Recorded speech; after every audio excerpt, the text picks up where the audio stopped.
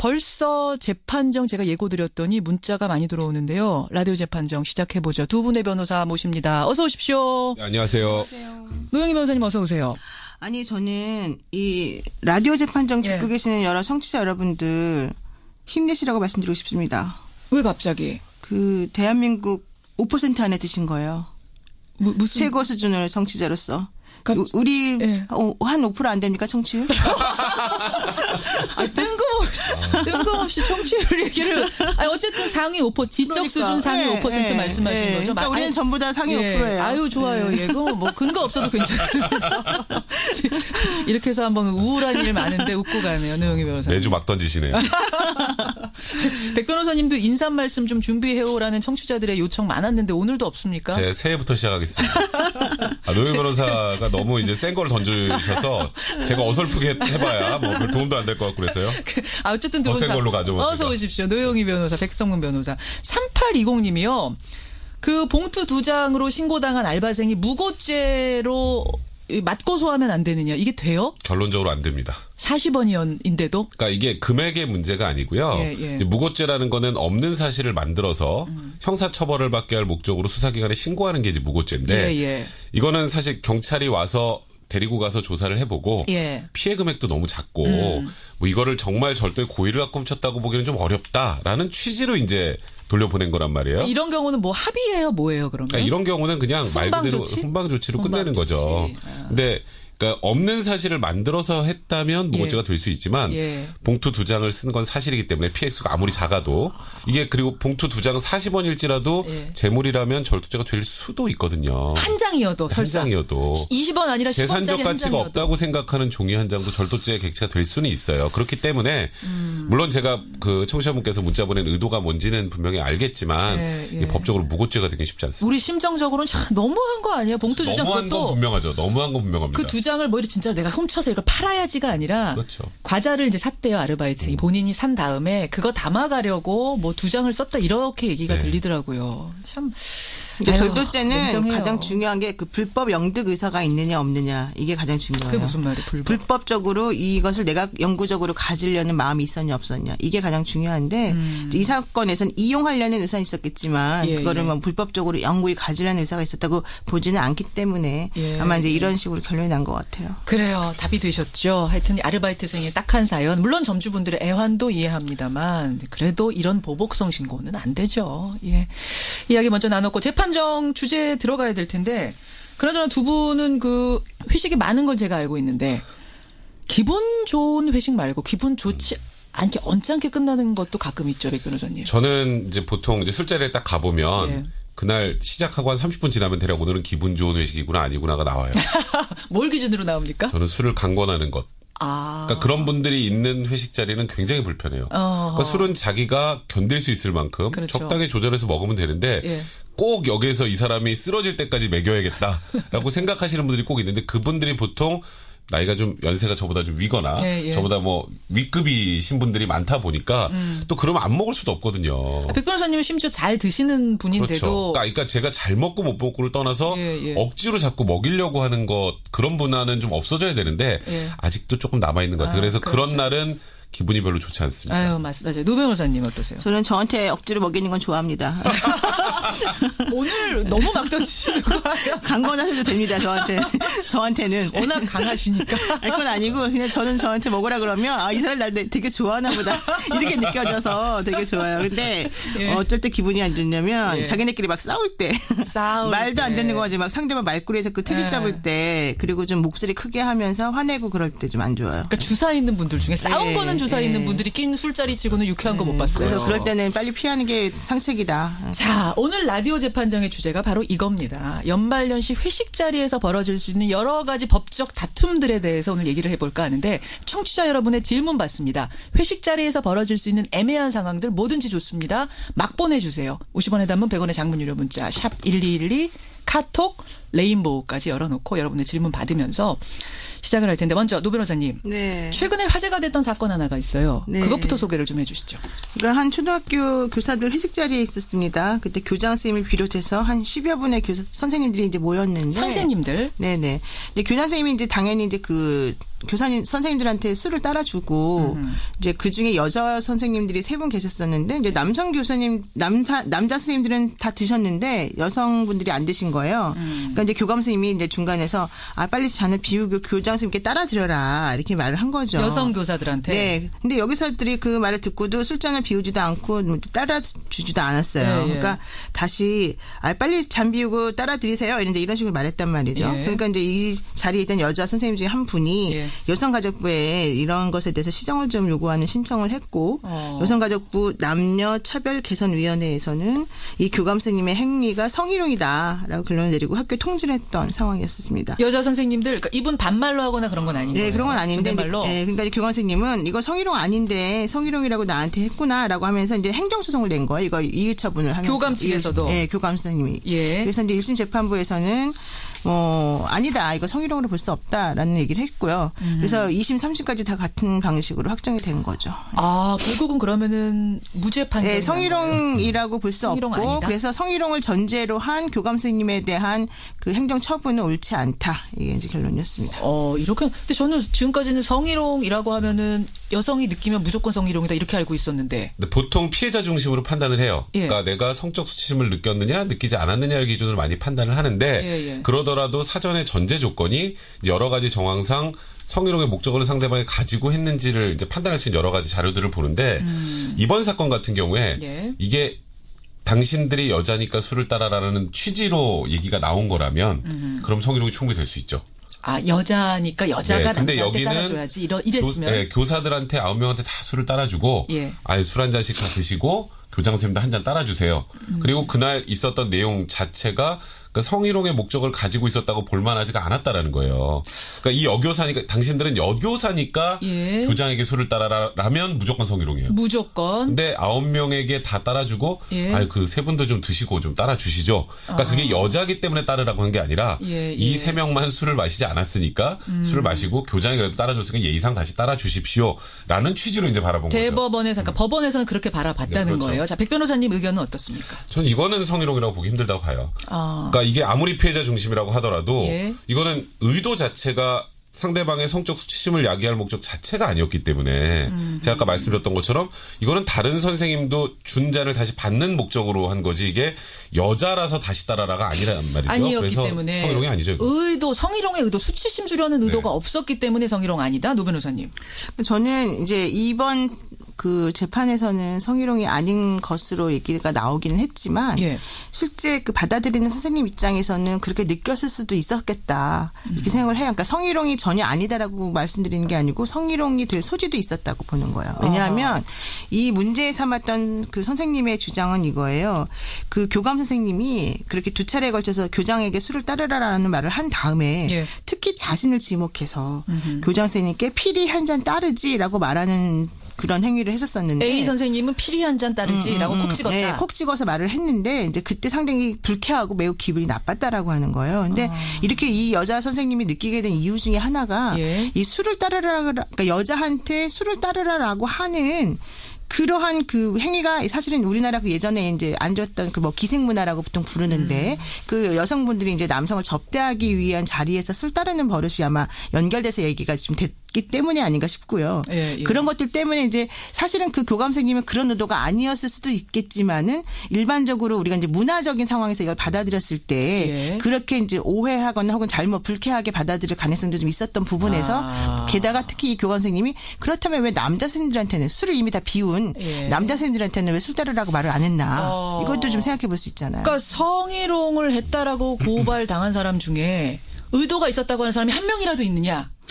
그러니까 사실 그런 사람은 없지 않느냐 이 말씀이신 거예요, 노 변호사님. 그러니까 의도가 물론 교감 선생님은 의도가 자기는 없었다라고 얘기를 하고 있지만 이제 그런 예를 들면 술 좀 따르지라고 하는 그 말이 정말 그렇게 중립적인 말이냐. 중립적이지 않을 수 있다. 왜냐하면 그 과거에부터 그 이 말이라고 하는 것이 가지고 있는 의미가 관습이 깔려 있지 않겠느냐, 백 변호사님. 그러니까 마치 그런 부분들이 관습적으로 내려왔던 거에 대해서는 개선을 반드시 해야겠죠. 그런데 이번 상황 같은 경우에 도덕적으로 뭐 문제가 될 소지가 지금 조금 전에 노 변호사님 말씀하신 것처럼 조금은 있을 수도 있을 것 같아요. 하지만 이 정도를 가지고 학교에서 징계를 받아야 된다. 이제 행정 처분을 받아야 된다는 조금 별개 문제인 것 같아요. 그 정도 이게 성희롱이 저는 아니라고 보는데 이 정도면 설사 100번 양보해서 아주 약한 수준 정도의 성희롱이라고 할지라도 예. 이걸 가지고 그러면 교감에 인사에 뭔가 불이익을 줄 정도의 그렇게 강력한 성희롱이라고 볼 수 있느냐. 그런 의미로는 사실 법적으로 성희롱이라고 판단하기에는 지금 이 공간에서 있었던 일들을 비추어 봤을 때 통상적으로 우리가 성희롱 이런 상황에서 성희롱은 딱 봐도 누가 봐도 아는 성희롱들 있잖아요. 근데 이 상황은 갸우뚱하게 만들고 그리고 현실적으로 이 정도는 그 당시에 정황을 봤을 때 너무한데라고 느낄 정도까지 성희롱으로 규정을 하면 사회가 너무 팍팍해지지 않겠습니까? 게다가 이 여교사 3명 중에 1명은 성희롱이라고 그렇죠. 느꼈다는 거고 2명은 지금 느끼지 않았다고 해요. 그래서 이제 무죄가 된 건데 그럼 만약 3명이 다 느꼈다 하면은 결과가 달라질 수 있는 3명이 거예요. 다 느꼈다면 가능성이 좀 더 높아지겠죠. 왜냐하면 그러면 교감의 행동 자체에 무언가 성적 수치심을 주려는 의도가 있는 것처럼 사람들이 느끼는 거니까요. 그리고 나머지 이제 또 같이 있었던 남성 교사들도 어떻게 느꼈는지도 굉장히 중요하고. 그러니까 성희롱은 여성이 한 명이라도 느끼면 무조건 성희롱 이런 건 아니라는 얘기예요. 다 조사를 한다는 얘기입니다. 그 당시에 분위기라든지 환경, 상황, 같이 있었던 사람의 증언까지. 자, 그럼 여기서 경우의 수를 좀 대입해 보겠습니다. 지금 같은 경우는 교장 선생님 남자, 교감 선생님 남자, 그리고 여교사 3명이었어요. 근데 만약 이 상황에서 교장이 여성이었다면 교장 여자, 교감 남자, 교사들 여성 이런데 이제 교감 선생님이 여성 교사들한테 여자 교장 선생님한테 따르라 이랬어요. 이러면 이건 어떻습니까? 통상적으로 성희롱이 안 될 가능성이 매우 높죠. 매우 높은데 거기에 이제 술을 따르라고 한 사람이 교감 선생님이 남자라면 그러니까요. 그 교감이 무언가 성적 의도를 가지고 이 여교사들에게 이 여교장의 술을 따르라고 했는데 여교장이 술 따르는 과정에서 교감이 무언가 성적 수치심을 유발하면서 따랐다면 그렇다면 성희롱이 될 수도 있죠. 이게 여자 관계라고 해서 절대 성희롱이 안 된다는 아니에요. 그러니까 어떻습니까? 노 변호사님도 동의하세요? 따르라고 한 사람은 남자예요. 네. 그러니까 기본적으로 뭐 그 대상이 남자든 여자든 간에 혹은 동성이든 간에 그런 거가 상관없이 이제 성적 수치심을 느낄 정도의 상황이었다라고 한다면 여자 교장 선생님에게 여자 선생님 보고 따르라라고 해도 사실은 성희롱이 될 수가 있는 거죠. 근데 이제 그런 경우에는 대부분 성적으로 받아들이지 않기 때문에 받아들이는 입장을 고려해 봤을 때도 성희롱이 안 될 가능성이 있다는 거죠. 그럼 이제 직장으로 한번 이 자리를 옮겨보겠습니다. 남자 직원들 막 신입들이 들어왔어요. 여자 상사가 중간에 그 낀 사람도 여자예요. 이 신입 직원들한테 우리 여자 상사한테 너희 남자 신입들이 좀 따라봐라고 했어요. 이 경우 당연히 되죠. 당연히 성희롱입니다. 당연히 됩니다. 이게 그러니까 항상 이 성범죄 그다음에 성추행 성희롱 모두 피해자가 여자라고만 이제 생각하고 있는 게 일반적인 사회 통념이죠. 통념이라고 봐야 될 것 같은데 실제로 요즘에는 남자 피해자들이 굉장히 많습니다. 이게 특히 직장 내에서는 서열 관계가 있기 때문에 위에 상사가 여자인데 밑에 신입 직원이 남자인 경우에 성희롱이나 성추행 요즘에 꽤 많이 신고 접수돼요. 그래서 남자도 피해자가 분명히 될 수 있고요. 이게 성희롱이라는 게 상대 대상이 여자만 한정되는 건 절대 아니다.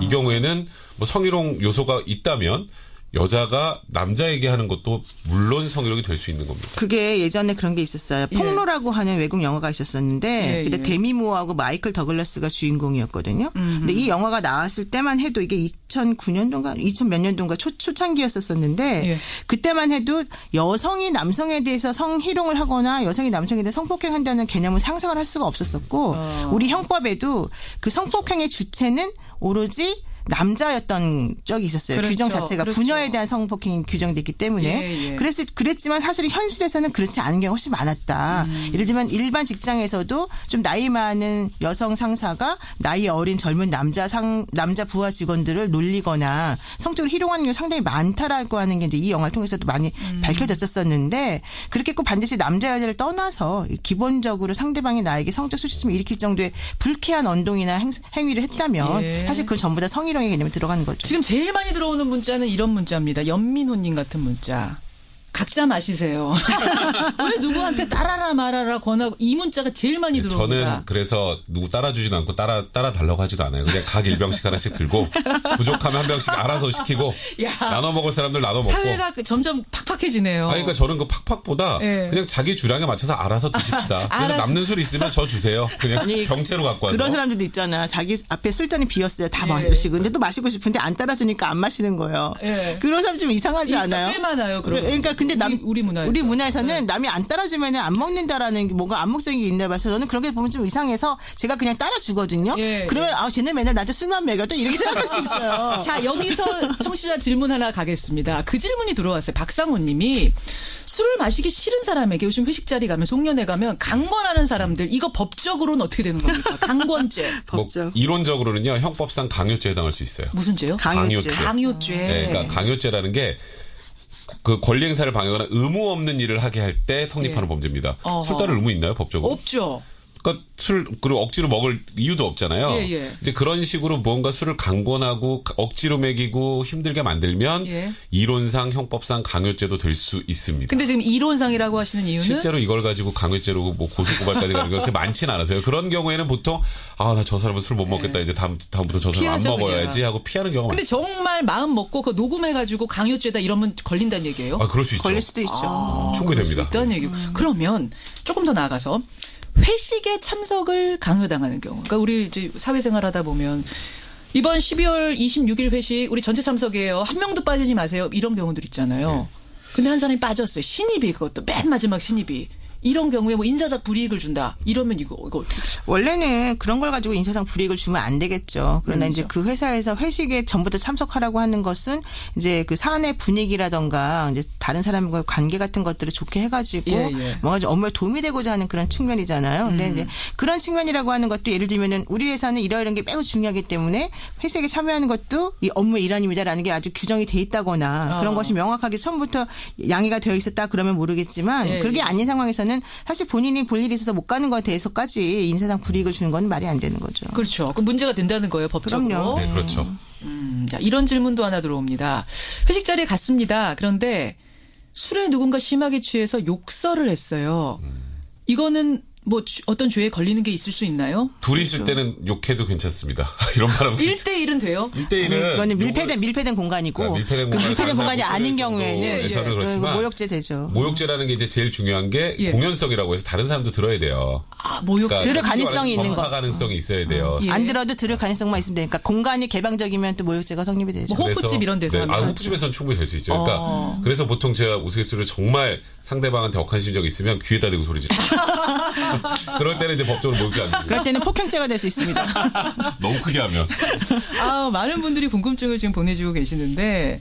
근데 또 거기서 하나 중요한 쟁점이 있잖아요. 어떤 거요? 술이 너무 많이 취해가지고 내가 무슨 말인지도 모르고 욕했는데 이거 주치 감경해야 된다. 의사무능력으로. 심신미약이다 이런 거죠. 청취자 정성화님은 근데 이런 일로 법정에 계속 오르내리면요 조직이 무너집니다. 조직 단합이 상당히 중요한데 이러다 보면 회식에서 그 사람은 자꾸 제외된다, 빼게 된다.